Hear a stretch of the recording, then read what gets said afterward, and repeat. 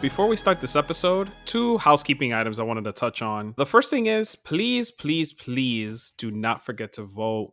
Please get out there. Election day is already around the corner on Tuesday. If you have time today when you're listening to this episode, if it hasn't closed, please get out there and vote. A second housekeeping item is please visit our website. You know, we're on Anchor now. If you need any details, we're also on Twitter at A View to Film and Instagram at A View to Film as well. And just show us some support, show us some love. You know, shout out to you, the fans. Thank you so much for tuning into our show.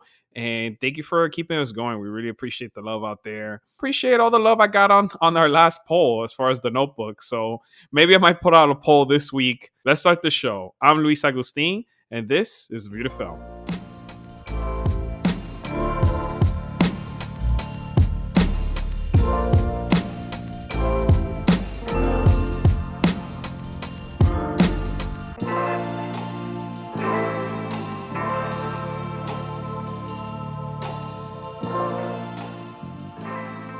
Welcome back to A View to Film.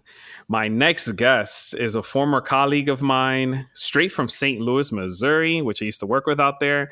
But he's currently now living out in Michigan. But he's actually lived all over the States, and he has a very deep knowledge of traveling and getting to know people. This guy's a very loving guy, and we do love him and appreciate him. And, you know, he's been a great part of my life. So please welcome Mr. Skott Schoonover. Appreciate it. Oh man, thanks for joining us, man. How are you doing out there? How's the Midwest treating you? It's great. You know, right now it's, you know, mid-October, the leaves are all changing, and my favorite time of year. We got, you know, a month of really awesome weather in between really hot heat and really cold winter. So I'm enjoying this right now. Let's get started with the movie. What movie did we choose today? A League of Their Own. First, I want to throw out a spoiler warning for anybody who hasn't seen it. It's a really great film. Please check it out. Tell the listeners why, in your own words, why do you love this film so much? What attracts you to this film? I guess it started when I was a kid. I've always been a sports guy. So any movie about sports, I was all about. And so this came out in 1992. I would have been 11 years old. So this was, you know, right up my alley.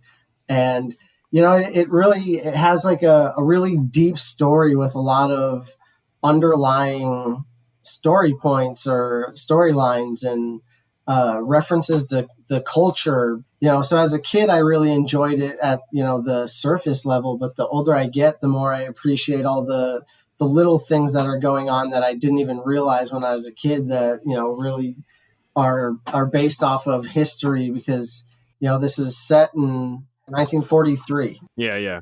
You know, it's weird how it seems like it was just a little bit ago. You know, it's Dottie's memory of she's standing there at a field and then it's just like, oh, I remember way back when.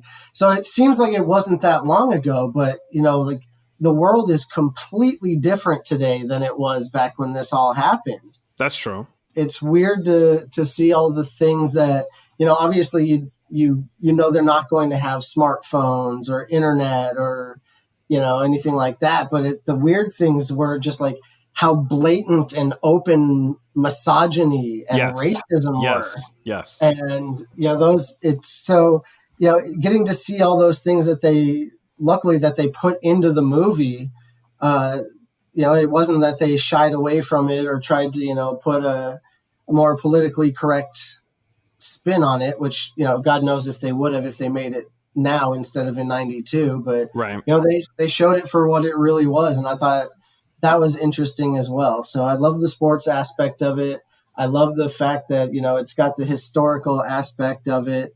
And then, you know, above all else, the movie's hilarious. Like I laughed till I'm in tears multiple times throughout it. And I'm not going to lie.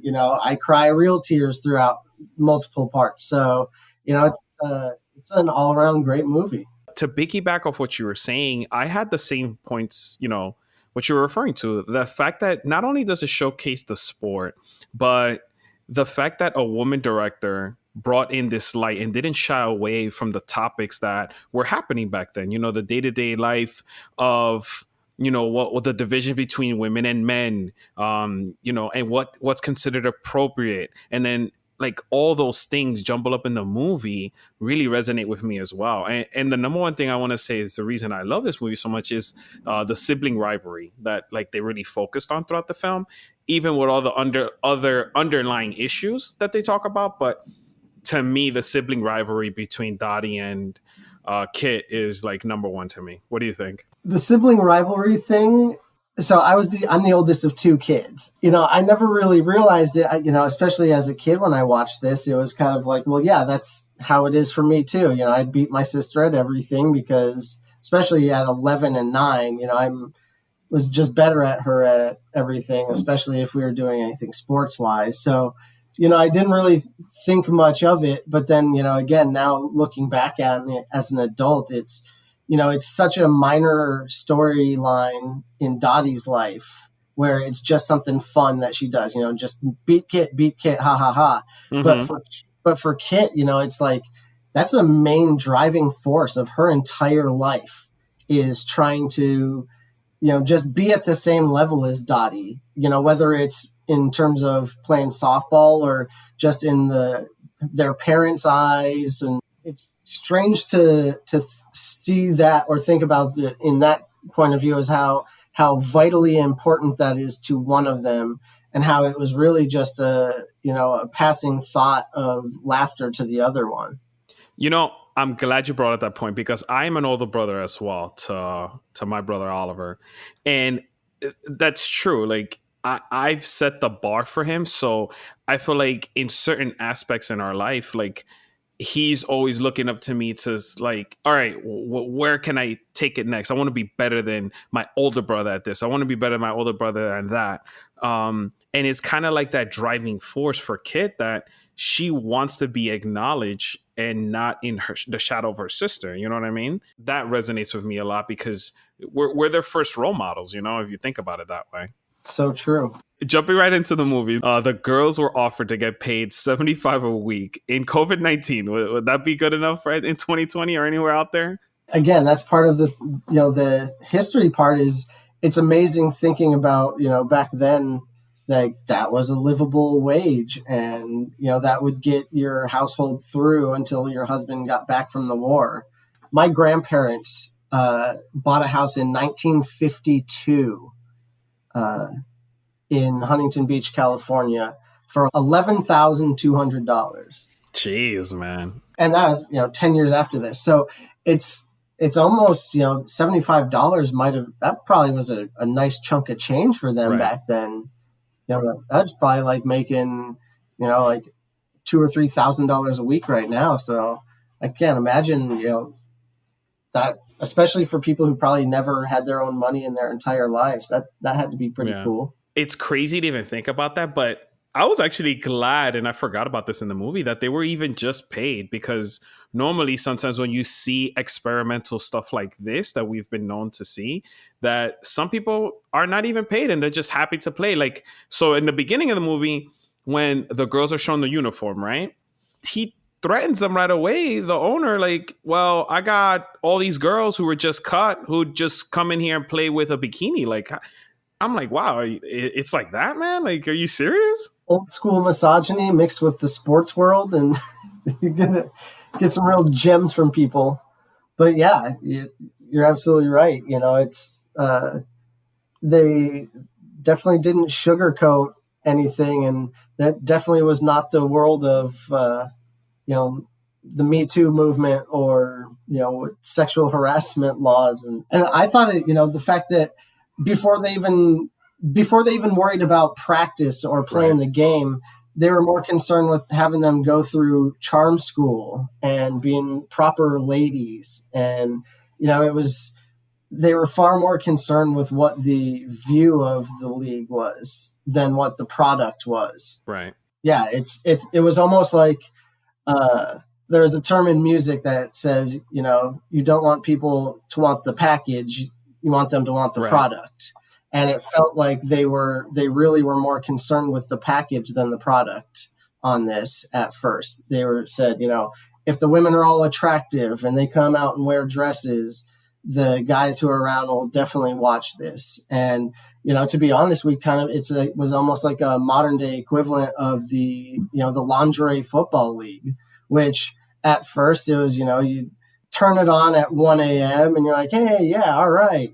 And then within 20 minutes of watching a game, it's the crop tops and everything like that become distracting because it's actually decent football.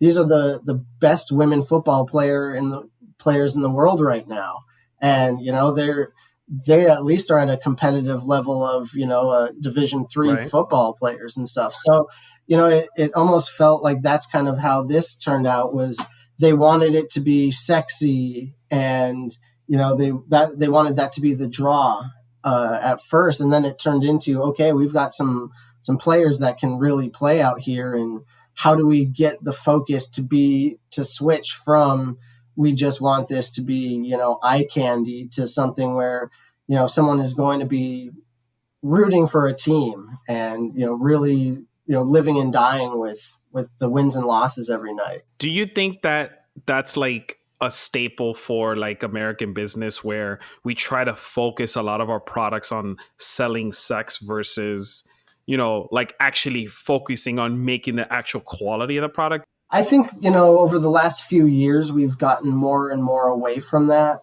But throughout history or throughout advertising, really, that's been the thing.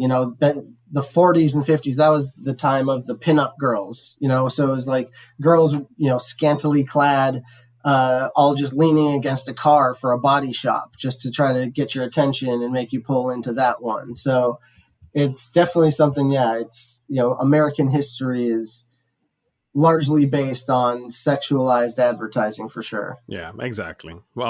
We can keep talking about all these crazy topics that come up in the movie, but first, let's go ahead and jump into something else real quick before, because I wanted your take on this. So you still currently do play baseball. Like I know you were in our softball league over back at work. What is your stance on swinging 3-0? How do you feel about that? Well, all right. First and foremost, I think it depends on the situation of the game. Now, if we're playing in the park and it's just not fair, nobody's having fun anymore because one team just keeps scoring, the other team can't stop them. Yeah, don't be like that. But outside of that, like for professional baseball, man, swing away. You're getting paid for this, and the other team is being paid to stop you. If they can't stop you, you shouldn't have to accommodate them. And I also don't mind bat flipping. To be honest, I like the pizzazz. It's like the touchdown dances in the NFL. Like I'm here for it. I want the players to show their personalities and get people more engaged back in the game. But you also have to understand that there's going to be crotchety old players who are still going to throw at your back after you do that. But as long as you can keep throwing up the home runs afterwards, let them do it. So why I'm bringing that up, right? Because I don't know if you've been following the sport lately, but there was such a big uproar with Fernando Tatis Jr. swinging 3-0 recently. And like it was all over the media, the sports pages. And I'm like, guys, what's the big deal? He's swinging 3-0. Baseball itself, and I don't know if you agree with me, but baseball itself gets such a bad rap that we have to play the game the right way.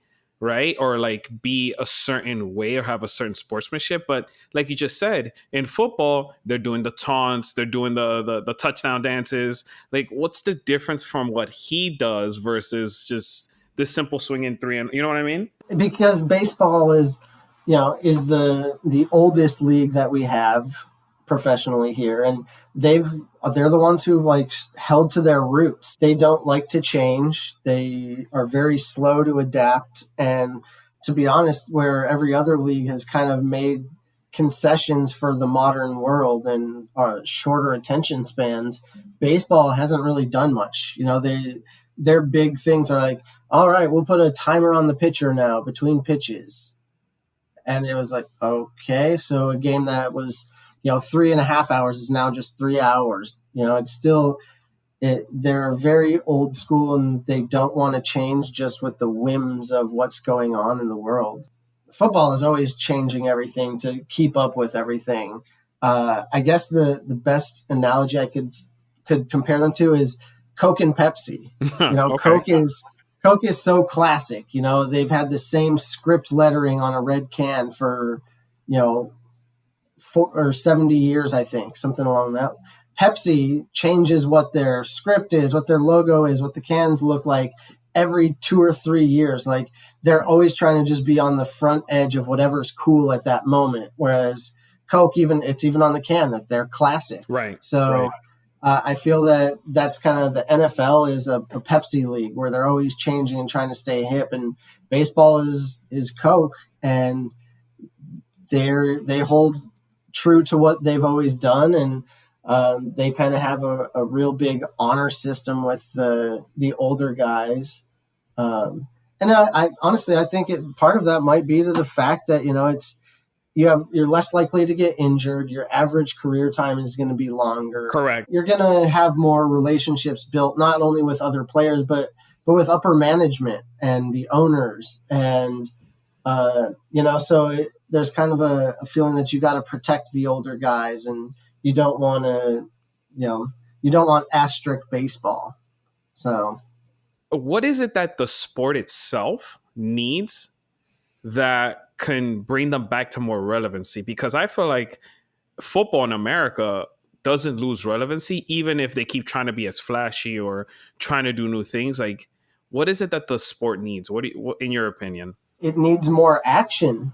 It's a very sedimentary game. You've got 9 players in the field, and for the most part, only one of them is going to be moving at a time, except for if they, when a ground ball, a couple guys all shift to their bases. But for the most part, you're watching a bunch of people stand around, and you get a pitch, and that takes less than a second, and then it's 20 seconds, 30 seconds to the next pitch of guys stepping out of the box, stepping back in, Right. kicking the dirt. Right.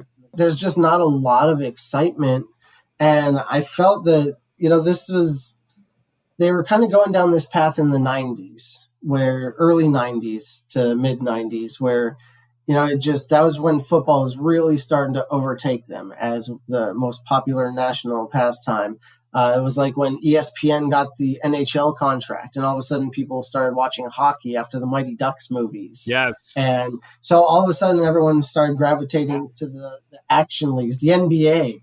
The NBA of the 80s was nothing financially like what it is today. Like the talent was still there, but the contracts, if you look back in the 80s, a max contract was like a couple $1 million per year. And now you're talking, $50 million a year for some players. So everyone's kind of gravitated more towards the action sports. And, baseball has said, they don't really want to make any changes. Everyone was up in arms that this year they added the DH in the National League. It's a great idea, though. It's something that's going to generate more runs. It's going to take less time because you're not doing as many in-game switches, or the double switches and everything. Like, it's a time saver, and it's going to produce more offense. That's something that people are going to like in general. And, all the hardcore baseball fans were, again, just completely up in arms about how drastic this change was, and how they don't want new baseball. They want old baseball, and they're going to boycott. And it was a small change in the grand scheme of the game. So, there's just such a fight towards making the game more exciting due to just the play. So if I was going to give my realistic answer to your actual question, right. I would say stop doing steroid testing. I agree with you.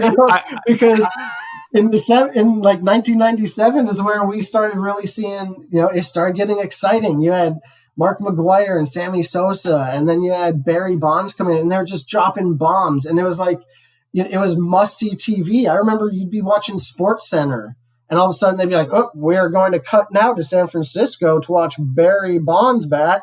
And you'd watch like 4 swings from him, and then they'd be like, all right, now back to the regular program. But like, there were some guys that, whenever they were on, you would drop whatever you were doing. If you were making dinner, you'd let it burn for a minute extra to watch him at bat, because you had to see if he was going to drop a 500-foot bomb. Exactly. And now it's like, without it, it's it's just not the same, like you need to get more home runs back into the game. That's going to be the biggest thing. That's true. I would agree with you. I like that take. And that's one of the things that, NFL does it, but they don't like hold such a mass press conference because a player tested positive. Like, it's no big deal. But in baseball, it's just a player test positive and it's the end of the world. And this is what really attracted the sport to the mass audience. All right. So going into the movie, right? So we established that, they made the girls to be out to be ballerinas, quote unquote. Like Doris says, hey, we're ball players, we're not ballerinas. And then you also get in the movie the perception that they want them to be in the charm school. And you see all of those highlights that we see back in the 40s where they weren't being taken serious, Besides some of the obvious things, what would you change about this movie? That's a tough question because the things, again, it was kind of what we talked about at the beginning was, it's the things that are historically correct about the movie that really make you cringe, and it, like when John Lovitz is there and he's talking to, oh God, what's her name? Marla Hooch. Right. And he's watching her play inside that gym and she's, knocking the cover off the ball. And then she comes over and lifts her hat and he's like, yeah. And he's like, all right, we'll call you. And, turns to walk out. And, it's like those sort of things that, are just, it's tough to watch, but it was true. Like that's what happened. So as a fan, I would love to have it have been more, rainbows and sunshine of like, we just found these girls who are great at baseball and stuff. And again, they put a priority on the package, not the product. But again, that's what it was based on in real life. So It's tough to say that I would change that about the movie. I would say that's probably the least enjoyable part of the movie for me. And also, since we already gave our spoiler alert, dude, every time I watch this movie, I want Dottie to hold on to the ball. Right. Like, right. Are you kidding me? Like at some point, they're going to have... they're going to do like a fix on this and like add a pack or something. And all of a sudden it's like Dottie held onto the ball this time and the Peaches win like they're supposed to, Or tie. It was a tie game though. It was a tie game. Don't forget. They were going to. Yeah. But, I guess that would probably be the other thing I would change. And I know that changes the entirety of the movie. So what you're telling me is that you've never let your sister win at something purposely just to make her feel good? Is that what you're saying? Oh, no, never. I've never let her win anything. I'm going to beat her at everything I possibly can. And if I lose to her in anything, you can bet that I gave it 110% because losing to your little sister or brother is just the worst. There's something else that I think I would change. Go ahead. I don't like that she left when Bob came back. When she said, oh, I'm just going to go home. Right. You're in the World Series. It's not like you've got 2 months left. Just play out a few games, Yes. Like, just win this World Series. Like, he can't walk. Let him just sit in the stands and watch some baseball. He's just got back from the war, Like, you think he would rather road trip it across the country right off the bat? So I always wish that she wouldn't have left, and then, I wish she would have held on to the ball. So I guess those are the two things I would change. Maybe if she wouldn't have left, maybe the Peaches just sweep Racine, and then we don't even have a movie. You still have a movie. It's just it's the view from the older child, where just another victory. Yeah, it's like it's a superhero movie. You know that you want the good guy to win. And you're still happy when the good guy wins, even though the bad guy was outmatched the entire time. I kind of felt like that's how this was, is that that's true. Dottie is so much more likable than Kit is, because Kit's always throwing her temper tantrums. So, and Dottie's just like so even keel all the time. She's, obviously the best player in the league. So, you root for her, even though she's, not the underdog. And typically, in a lot of sports movies, they make you root for the underdog. Right. But this one, they make you root for the favorite and kind of against the underdog a bit. And then the underdog wins, and you're kind of walking away feeling with a bad taste in your mouth or something, right? Or that it was incomplete. Like, no offense to you, I know this is your squad, but when the Giants beat the Patriots in the Super Bowl, that first time with the helmet catch, and it was just like, all right, you guys were, definitely David's going up against Goliath, right? And it's awesome. Everyone always loves to see an underdog, yeah. But at the same time, it was like, that was the perfect season. And, so like I walked away feeling like we're almost robbed of something, like something historical there, because, the Patriots were the greatest team in history that year, but now they're not even on anyone's list because they didn't even win the Super Bowl. So I feel like that's how the Peaches season was that, once they kind of got into their groove, they were by far the best team in the league, had the best player, and they just, it fizzled out. So to touch on what you were talking about, you can also reference the Warriors season. Remember in basketball when they were 73, they beat the record, they were supposed to win, and then their season got spoiled by the Cavs. So that's another one too, that you had the best, greatest team in NBA ever, and then they lost too. So now they're not even remembered for that season. See, case in point, I forgot about that. That was really big news. I had a work colleague who is a very big Warriors fan, who was very disappointed about that for a long time. Yeah, he won't let us forget it.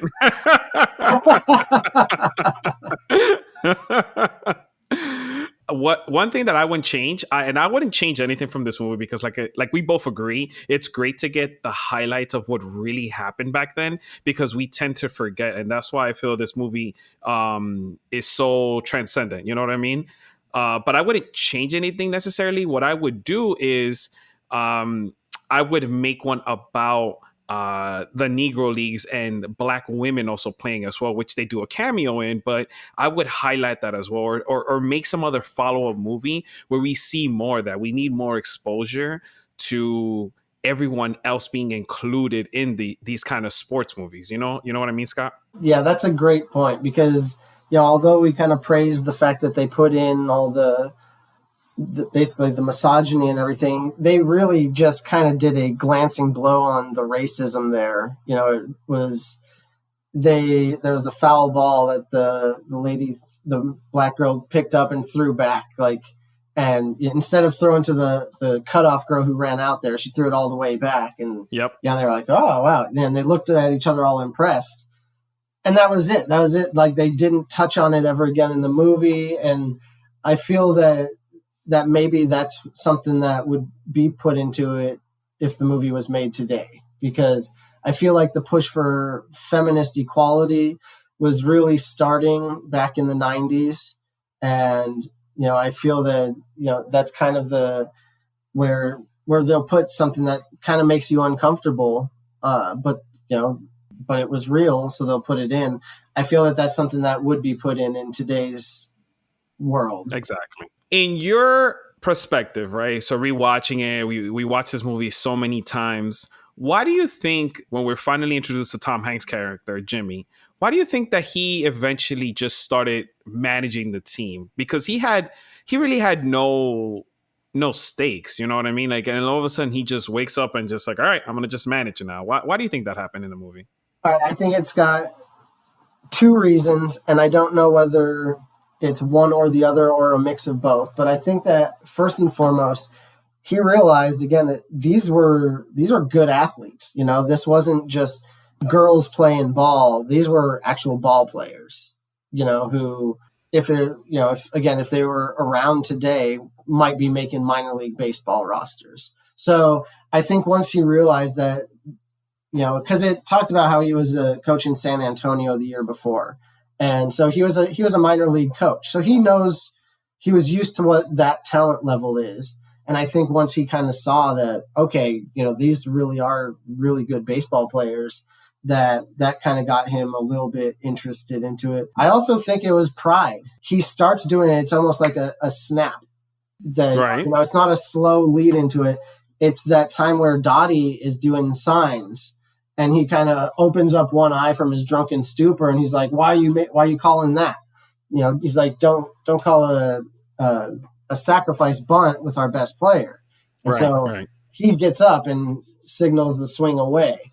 And so I feel like it was kind of maybe a mix of both of those things, of seeing, that they were real solid baseball players, but also he didn't want to be laying on the bench drunk and passed out while Dottie is doing, handling the actual calls of the game and making him look bad. And I think maybe he might have even been surprised by the fact that they were actually using signals, and he might have just right. He didn't even think they were capable. Right, exactly. So I think it was probably a mix of those two things. Okay, I agree with you. I think it was more like that male ego, right, that kicked in. Like, wait a second, like they shouldn't be managing themselves. This is what I'm here for, One thing I did want to point out, I guess I caught it now after rewatching it very recently. I think the only like real person that was ahead of his time was the umpire. Did you notice that? So Jimmy was yelling at the women, and he called him out on it. He said that you should treat them like your own mother. And I was like, whoa, like this is the only dude in this whole film who actually gave respect to the women. Did you see that? Yeah, absolutely. It was him and maybe a little bit of Ira Lowenstein, but he was kind of, just looking at it, making a product, getting something on the field. But yeah, that umpire had a very progressive mindset for the time. I always wonder whether this was a real thing or if they were just kind of trying to show it as symbolism of what the mentality was. But there's the guy who gets up on top of the dugout and he has his pants rolled up and he's like, I'm a girl, look at me, blah, blah, blah. And then, they hit him with the ball. But it's like, dude, why are you even going to go to a baseball game just to make fun of them like that? Like if you didn't appreciate the concept of women playing baseball, just stay home and do something else. So I think that even now in our day and age in 2020, people are like that. There's some people out there that just go to something to make fun of it for their own entertainment, for their own pleasure. And it's sad, but I don't think that's ever going to change. And that guy is very telling too. And I'm glad he got hit with a ball. He should have got hit with 20-minute balls. I agree. All right. So, Scott, what is your favorite quote of the film? All right. This one was like a hands down no-brainer for me. I love the part where Dottie's quitting and she's about to drive off with Bob. And she doesn't have a real good reason for why she's doing it. And Jimmy says, like, I'm in no position to tell anyone how to live, but sneaking out like this, quitting, you'll regret it for the rest of your life. Baseball is what gets inside of you. It lights you up. You can't deny that. And she just comes out with, it just got too hard. And I loved his response to that. He says, it's supposed to be hard. If it wasn't hard, everyone would do it. The hard is what makes it great. And I feel that that's really telling of life in general is, if it wasn't hard, everyone would do it. It's the hard that makes it great. And anything you do in life, if something is easy to do, it's not going to lead you to greatness. You've got to challenge yourself. You've got to go above and beyond and put in the work to be great and to do, better things. So I've always found that kind of inspirational, like, times in college where it's just like, you've got 4 term papers due the same week along with midterms and you're trying to get those all done and study. And, it just, it's so hard. And then, you just think like, well, yeah, that's why these things are worth something, is because it is hard. And if it wasn't, then everyone would have college degrees. So that's definitely mine. You're not going to believe this, but in the show, this is literally the second time that I have the same exact quote as my guest. I'm not lying. I literally wrote it down. If it wasn't hard, everyone would do it. And it kind of also reminds me, and not sure if you heard my Bronx Tale episode, but it reminds me of also my favorite quote there, which is the saddest thing in life is wasted talent. And like, I compare the two because, talent gets you there, as we've seen me and you probably like in work and life and like you said, in school as well. There's people that are talented, but if they don't do the work, you're never going to get to where you want to achieve, even if you have the talent. And I think that Dottie realized that when he called her out on her, that was like a real gut check. Like, hey, like, no, everything is hard. Not you're never gonna get any no pun intended, but you're not gonna get any softballs. Like you're gonna go through struggles. You're gonna persevere, but your talent gets you there, and then putting in the work is what really separates you and being all-time great. How many of your listeners do you think are going to be very disappointed that neither of us chose the no crying in baseball? I know. I think every single one of them. Everyone is going to be sitting here through the whole episode like, just get to the favorite quotes. I can't wait to the no crying in baseball. And then both of us go another direction. Listen, it's a great quote. It's just that it's kind of obvious. Oh, okay, yeah, no crying in baseball, but it doesn't resonate. It's such a great quote because if like the scene itself is where, Hanks is calling Evelyn over. And he's so angry that his face is twitching. And like, this is probably the first time I ever really appreciated Tom Hanks as an actor because he is so good as Jimmy Dugan. Yes. And, he's trying to be calm and patient. He's like, what team do you play for? He's like, just wondering because I'm wondering why you would throw home when we have a 2-run lead. And his hands are shaking and all that stuff. And then he turns straight into, he's like, start using your head. That's that lump that's 3 feet above your ass. And she starts crying. It's so good. And then he gets into, when Rogers Hornsby called him a talking pile of pig crap. Yeah. But did I cry? No. Just an absolute stellar scene. And that's the one where the umpire comes. Yeah, where he checks him. And, his response is classic to the ump. Perhaps as you chasto too vehemently, good rule of thumb, treat each of these girls as you would your own mother. And Jimmy goes, did anyone ever tell you look like a penis with a little hat on? And so the guy, he throws him out of the game. He's like, whoa, you misunderstood me. He's just such a classic old school baseball guy with a big old hunk of chaw in his lip and just spitting down on the ground. Like, just an absolute amazing character. Have you ever tried that chewing tobacco? I have, and it is awful. It is. Yeah. It is like the worst thing ever because. All right, so like if you've ever chewed gum, and if you know me, how I chew like gum all day long. So you just are kind of used to swallowing when you get saliva from chewing gum. So with chewing tobacco, you have to spit that out every time. So it's like I need to be completely cognizant of what I'm doing and majorly focused on the spitting and not swallowing. It's way too much work for me. And then you get this really weird head buzz that is not enjoyable. It's like you got this like thing in the pit of your stomach and your head feels like it's like expanding like a balloon. And you're just like, I'm going to go throw up for a minute. And then 2 minutes later, it's like gone. And you're like, well, that was not very fun. So. No, it's definitely not worth it. That's something that it's tough. It's tough. And take it from me, a guy who loves his cigars, but you just get like a little buzz.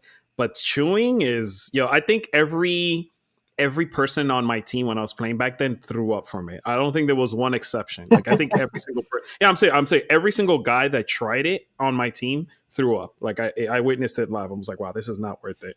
I actually had a friend back in high school who was on the baseball team. And he started doing chewing tobacco because of that buzz. He's like, I just get bored playing right field. So I'm just standing there. And so I just put one of these guys in and all of a sudden I'm all loopy and buzzed out there. And then before you know it, it's time to run back in and back.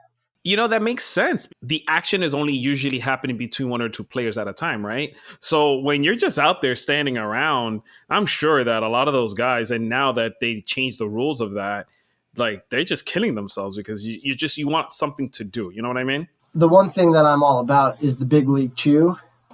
As a kid, like I'd always try to get a pack of big league chew from the concession stand before the game. It's either go grape or go home for sure. And So yeah, you just grab as big of a hunk of it as you can and put it in your cheek to look like a baseball player. And then like, by the first out, you've got this raging headache because you're trying to chomp down this huge gum I wad. know. And there's no place to spit it because if you spit it on the ground, then you're going to end up stepping in it. So I Yeah. was always that kid though, putting way too much in my mouth to try to look like all the famous baseball players of the late 80s and early 90s. But that's the look, bro. That's what you want. You want the socks up. You want the big chewing tobacco look with the with your cheek inflated. With the hat a certain way, right? So I've got a question for you. When it comes, Yeah. like you said, with the pants up, if you were playing baseball right now, would you be a stirrups guy? Would they be high or low? Would you wear like 2-in-1s? I don't know if you remember those from when we were kids. They're like the white socks that had the stripes built into the sides that just went Mm-hmm. straight down. Mm-hmm. Or would you be like rocking like the crazy stance socks? I love knee-high socks. I'm not lying to you. Like I love them. Love them. Love them. Love them. I would be rocking some of those. Now, back then, when I used to be a huge Manny Ramirez fan, I used to just do I used to try to like do the baggy pants look, which he brought on. And I feel like he brought that culture on. But like then like I just kind of lost respect for him. I was like, all right, never mind. Like this doesn't make any sense. I like my high socks and I like the way that feels. I remember when I think I was in 8th grade. It's my last year of Little League. Ken Griffey Jr. was my favorite player. And so I got some high tops as my cleats that year.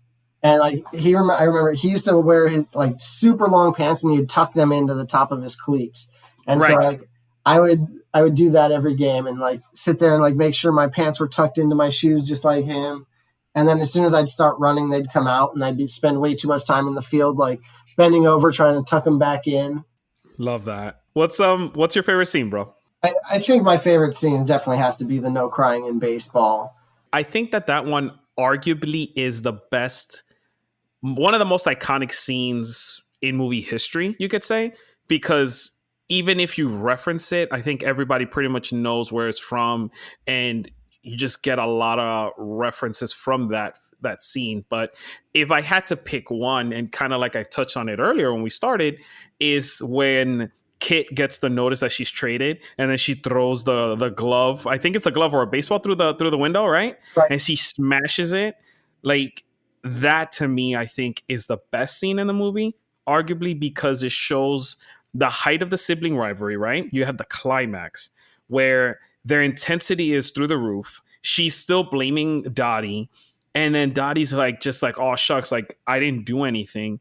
The movie does something great where they kind of manufacture her as a late villain in the last part of the movie, because now she's playing for Racine. And now you have the real actual rivalry, which you've wanted to see, which I don't know why they should have done this from the very beginning. Like, nope, two siblings can't play together, because that's what you really want to see. You know what I mean? And it kind of creates that another Bible reference, David versus Goliath, and that like Cain and Abel kind of brotherly, sisterly battle that they have that whole movie, which I really enjoyed. And that's what brings me back to this film thoroughly. Besides Jimmy Dugan going ham all movie, and his quotes are phenomenal, but them battling each other mentally and physically is what I really enjoy about this film.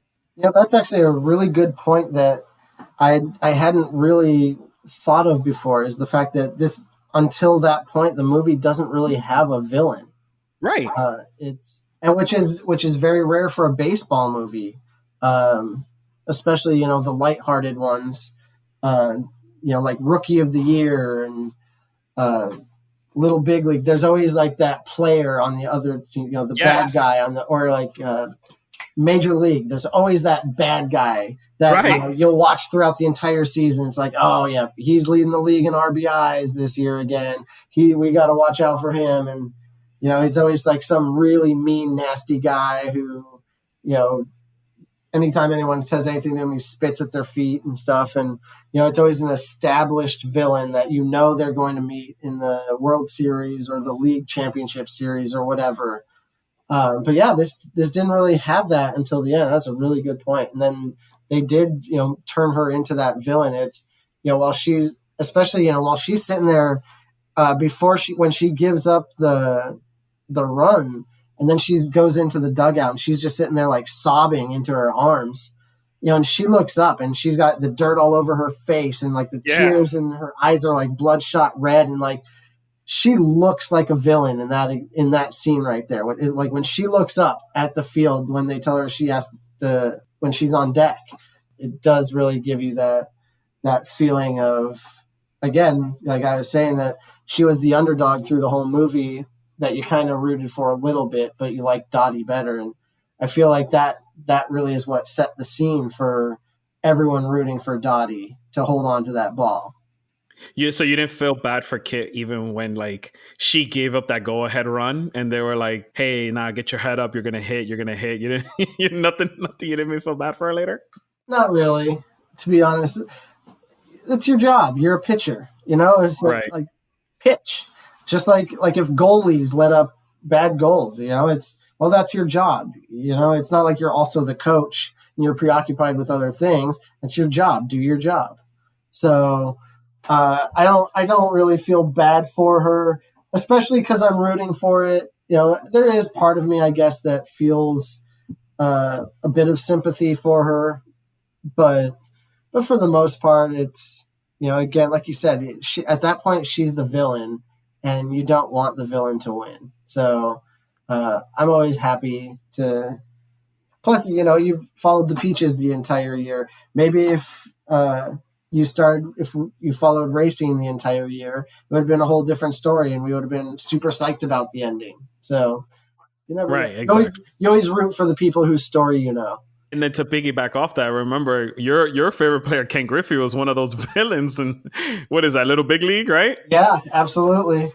God, that Shout out. was such a good movie too. That was killer.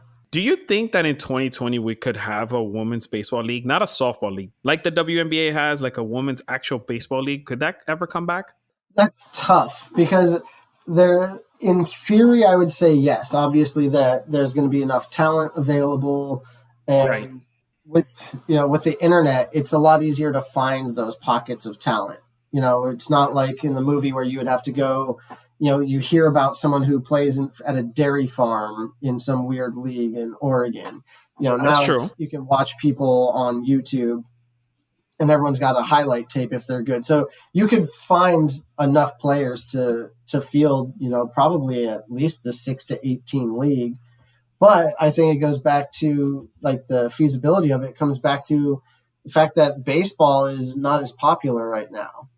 Do you try to pitch it by sexualizing it, by saying, hey, check out, the attractive girls who are on this team? Like the WNBA still to this day will put Candace Parker out there on the commercials with a bunch of makeup on, even though she doesn't play with makeup on, to try to get those, the extra fans who aren't there just to watch the product, who want to make sure that there are attractive girls, because that's what they're going to be, driven by. But again, they also have a lot of commercials where it's really just the best players in the league. So which side of the fence do you fall on that in 2020? Do you try to focus on the attractive players to try to get people to watch a sport that, even the best males in the league who can hit a ball 400 feet are struggling to keep the attention of?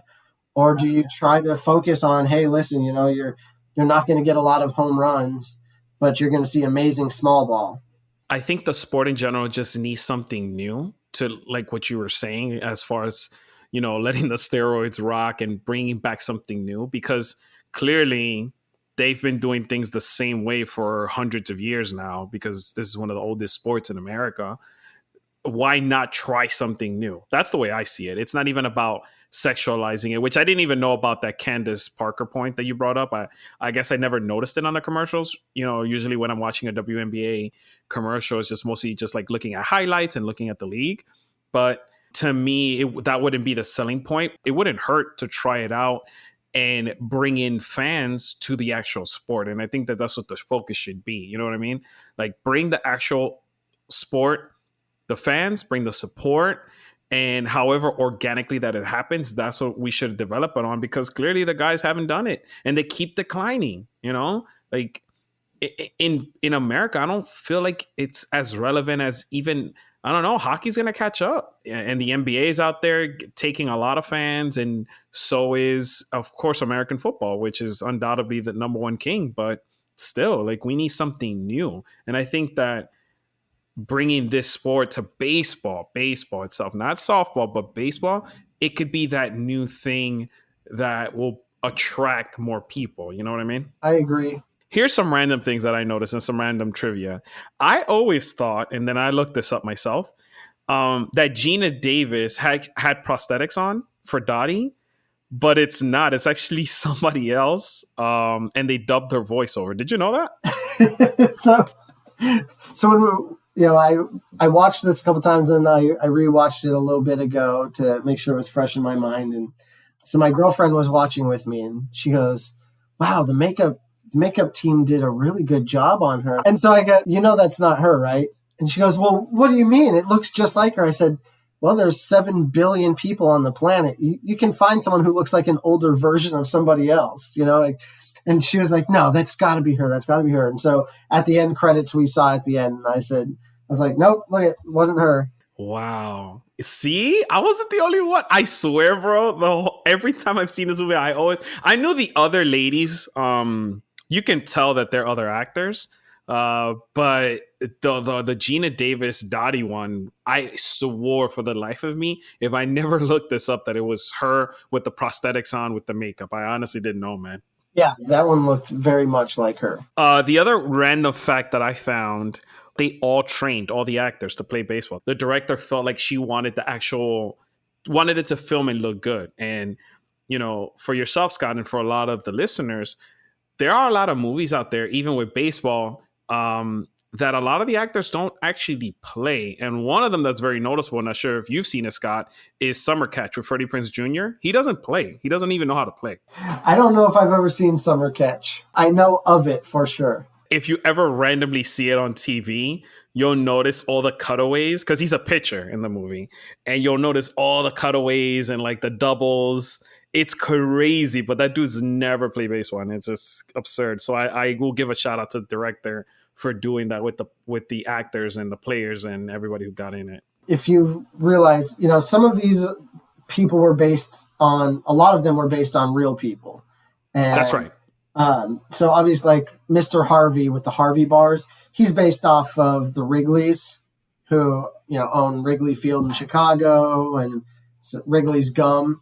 It was obvious like that was who that was based off of. Because Harvey Field was Wrigley Field. Yeah. I saw that. Yes. I noticed Wrigley Field, but I didn't know it was based off the Wrigleys. And then Jimmy Dugan apparently is based off of Jimmy Fox. Oh, he managed the women team? I don't know whether they said that it was loosely based. Okay. He might not have ever coached one of the women's teams, but they said that that's basically how he was personality-wise, where he was just a fall-down drunk and ran himself out of the game early because of his drinking, which I didn't know about. That's crazy.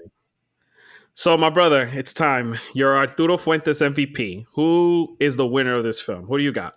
The MVP of the film has to be Tom Hanks. Without Jimmy Dugan, the movie's nowhere near what it ends up being in its total self. And I feel like, much like Forrest Gump, if you put the wrong actor in there, it does not come across right. And I think Tom Hanks plays him just phenomenally. I'll give you that. If you think about it, could I throw something at you randomly? Yeah. What about if Bill Pullman does that job? What do you think about that? I think he would have done well. Me too. Yeah, man. I think that if you switch roles and have Bill Pullman do Jimmy Dugan and Tom Hanks just does a cameo as the husband, I think that Bill Pullman could pull it off. Like he can get to that level where he you can see that banter between him and the umpire, and you can see him kind of doing those zany looks of with the face twitches, talk about, and the hand twitching. I can see him doing it too. And it's funny that does a cameo in the movie, but I think that if you bring him on, man, he could have arguably done a good Jimmy Dugan, if I'd say so myself. All right. How about I've got a character switch one for you. What if Madonna and Lori Petty switched? And Madonna 100%, 100%. You took the words right out of my mouth. That's another one that I think that they both could have switched roles and we wouldn't have missed a beat. I think that Madonna probably could have brought on that little kid sister energy, and Lori Petty, like in Point Break, she has that like outgoing spirit. If you do that switch and the Bill Pullman switch, I think that the movie still it maybe it doesn't reach the same level of like draw that we have right now in culture, but I still think that it goes pretty well. Yeah, I think so too. So my MVP is Dottie. I'm gonna give it to Dottie. Like I told you, to me, this film resonates more of like the back and forth with the siblings and that whole lesson you see in the movie where, hey, even if we have this rivalry, we still have this bond and the sibling wherewithal that we're together, that togetherness, you know what I mean? And I think that Geena Davis playing Dottie really brings that out in the film. She does carry the film for a majority of the part, and I really enjoy her in this film. Like, honestly, she brings me back into the movie. The winner of the movie is definitely Kit. She took advantage of every single low-hanging fruit that she could grab. She grabbed it, and she ended up making the most of what her opportunities were. But I mean, she basically was the last one on every cut, and right. She shouldn't have been able to make it even to the tryouts, but she lucked out, and Dottie got her on there, and she got a lot of help along the way, but she took advantage of all that help. So it wasn't as if it was just kind of given to her, but she got a lot of opportunities because of other people, and it was like without that she never would have been in position to win the World Series. She hypothetically should just still be sitting swinging at high pitches back at the Oregon farm. Exactly. She definitely, started with the least amount of success or things to live for. And then by the end of it, she was, the World Series hero and made something of her life and got out of the farm life that she didn't want to be in. Real quick question. Please. Where would you rate this in terms of best baseball movies of all time? Would this be, top 3, top 10? I would say in my personal list, this is top 5 for sure. When I'm watching it now, and I'm picking up more on the references to how women were mistreated back then and the unfairness between, race and women, I'm like you. I agree that this should still be a staple out there in film, and we should see this for what it is.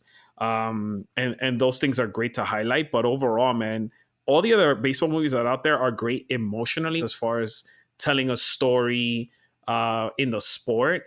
But this movie tells so much more than just the sport. It tells you how America was back then and the injustices that were going on, and like those are things that we shouldn't take lightly, man. Like, honestly, I really I could put this movie on all the time and I just thoroughly enjoy it nonstop. So, Scott, any other last minute shout outs you want to give? My shout outs is definitely going to be just to the cast of the movie who, when you go back and watch this movie from 1992 and you see what all these people have become in the last 28 years. Exactly. It's crazy to think about, like Rosie O'Donnell was not Rosie O'Donnell back then, really. She was kind of a decently well-known comedian, but the Rosie O'Donnell show hadn't happened yet. She hadn't come out of the closet. She hadn't become like this famous right. Twitter feud with Trump, yeah. Like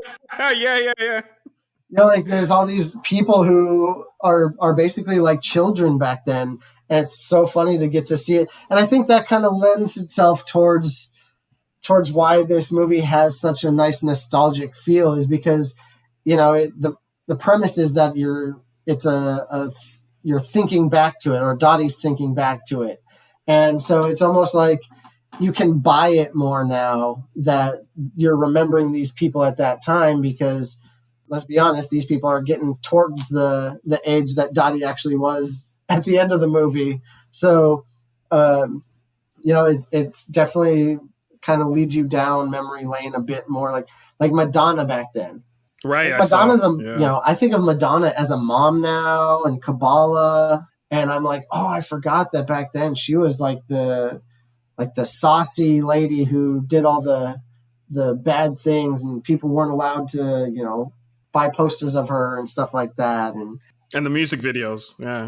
Yeah, weren't allowed to watch MTV because of her. So you were banned. Oh yeah, for sure. Definitely to Penny Marshall. I think the directing in this is great. Yes. There are a lot of scenes that are classically hilarious because of the way that they were delivered. And, I think that you got to credit the director for that. I think that everyone did, just a phenomenal job of making this movie to what it actually could be, and didn't just settle for what, would have been good enough.